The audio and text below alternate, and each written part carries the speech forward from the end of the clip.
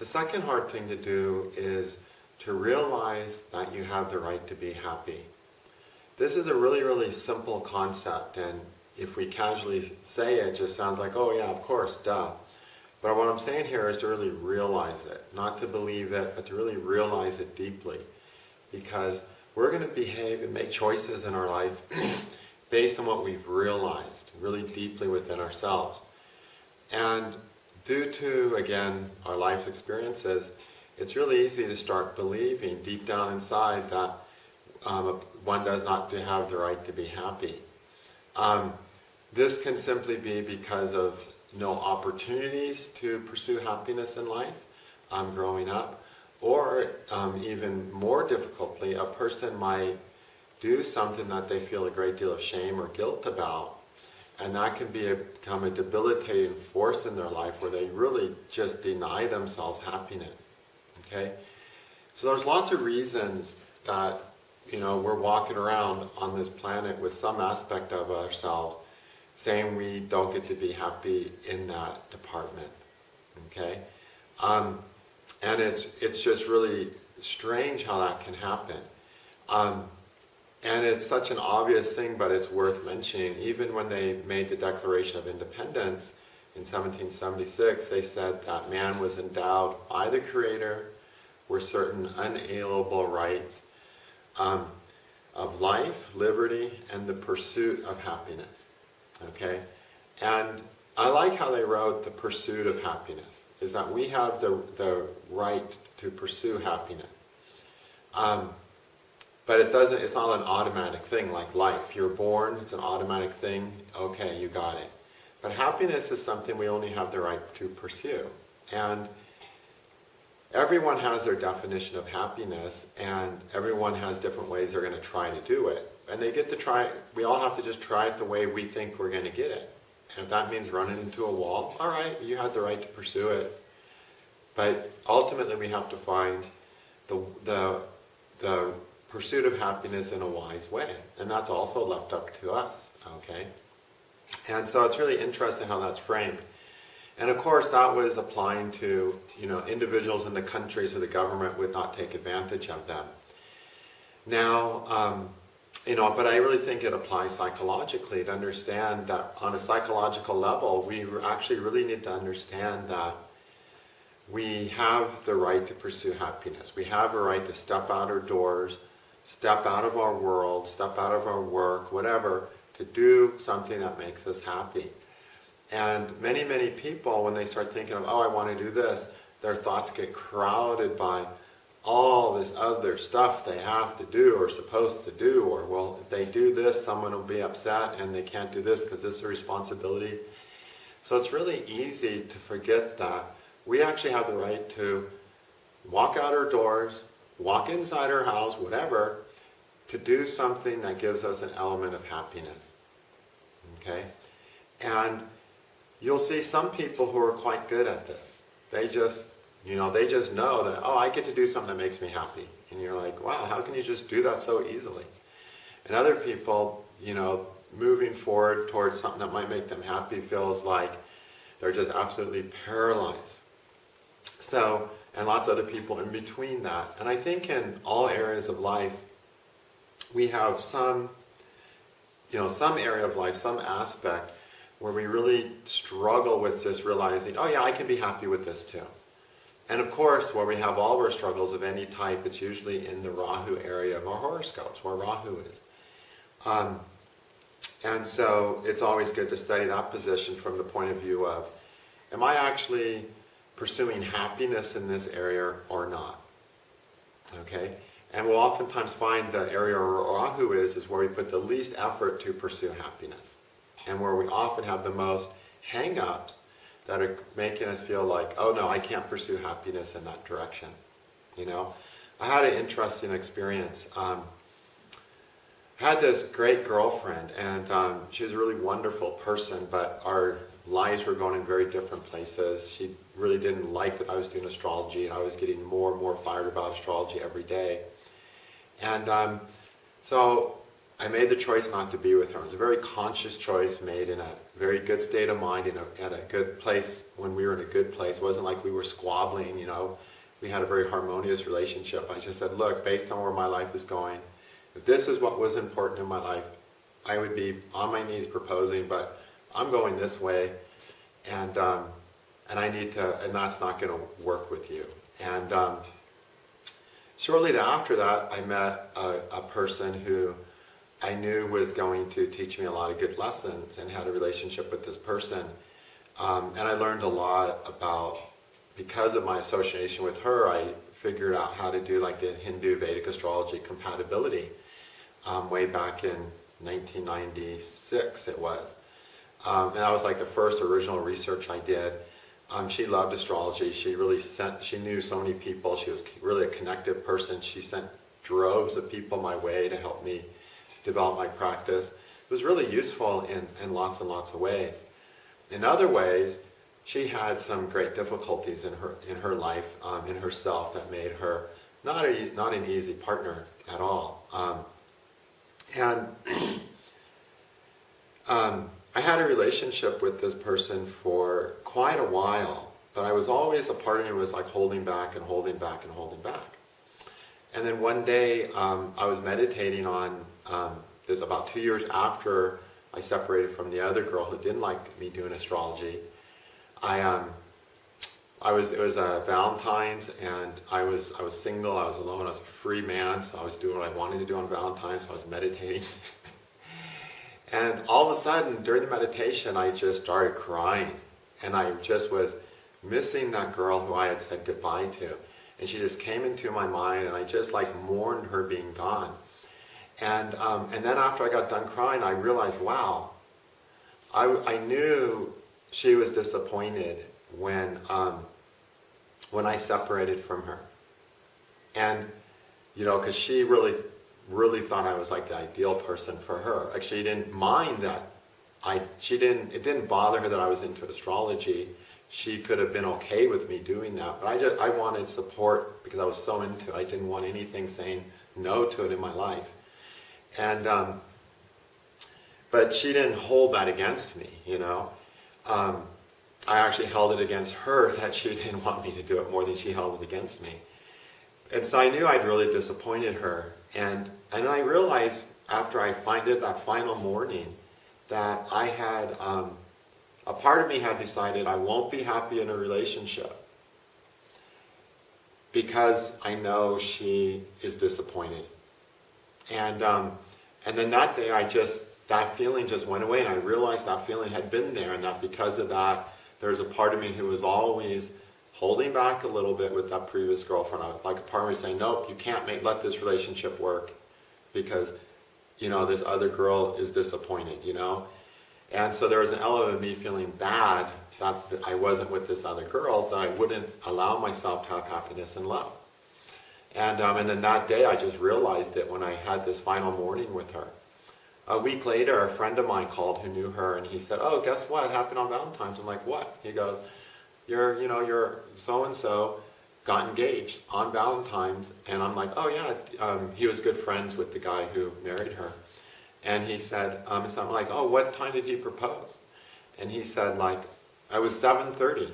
And wow, that's right when I had that, all those tears came up in meditation. So it's like, once my psyche knew that she was happy, she said yes to the proposal, she said yes right away. It was like my psyche felt, okay, I can release this bad feelings I had, this this guilt over disappointing her, and move on in my own life. So it's like, this is an example of the crazy things we'll do to not allow ourselves to pursue happiness and not even realize it. I didn't even know I was doing that until that meditation. So we do this in so many countless ways, and we can always find a way and to deny ourselves happiness. And I have Rahu in the 7th house. I could tell you countless stories of when I had an opportunity to meet someone I thought I could really maybe connect with, and I would always find a reason why I can't do it. You know, oh, you can't do it because of, you know. oh, you can't talk to this girl because 2 weeks ago you broke up with your girlfriend and it wouldn't be appropriate, and let someone walk out of my life who possibly I could have had a connection with. So if you look at your Rahu house, you can really see where in life you oftentimes will come up with reasons that really aren't valid to not pursue happiness, and where more importantly you'll develop unconscious reasons that you're not even aware of that prevent you from pursuing happiness. And the pursuit of happiness is an interesting thing because it doesn't mean you just go get happiness.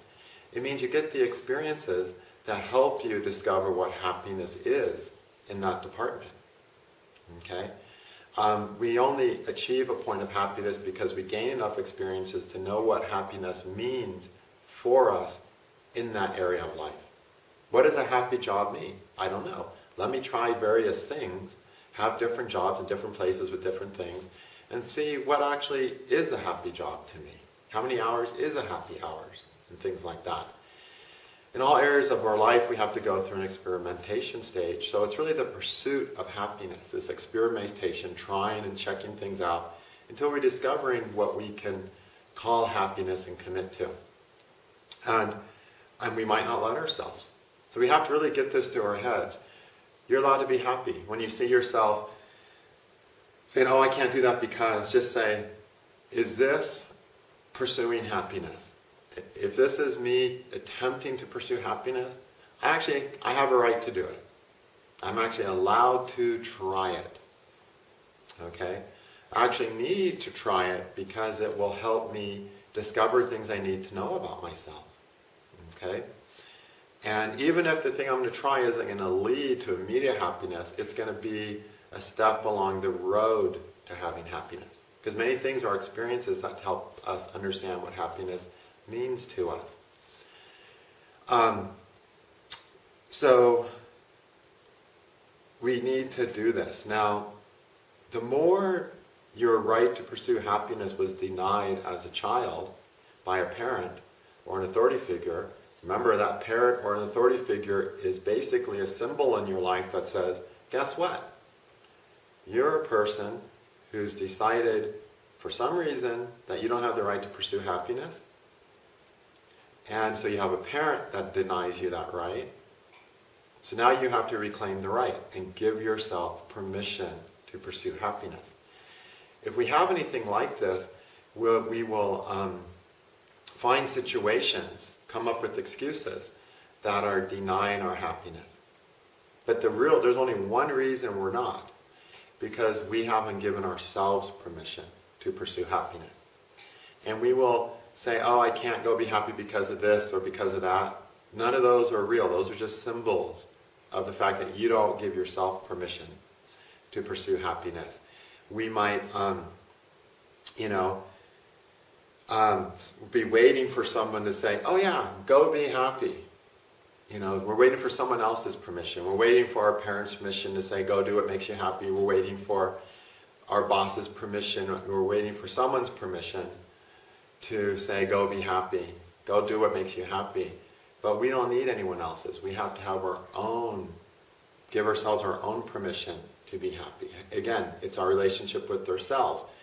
These things in our life that make it seem like we don't get to go pursue happiness, these are just symbols of the fact that we ourselves have not given ourselves permission to pursue happiness. And at some point, a person has to improve the relationship with themselves and say, all right, even though mom or dad or whoever doesn't give you permission and didn't give you permission, you can take permission. You're the authority in your life now that you're grown up and don't need your diapers changed. You're the authority. If you give yourself permission, you can walk out the door, walk into the door, go where you need to go to pursue happiness. So it's really a matter of flicking that permission switch on yourself. I give myself permission to pursue happiness, one step at a time, and then free yourself up from doing that. A lot of people have erected or feel like they're in some kind of jail that causes them to not be able to pursue happiness. And that jail can take on so many forms. It can be terrible situations, it can be beautiful situations.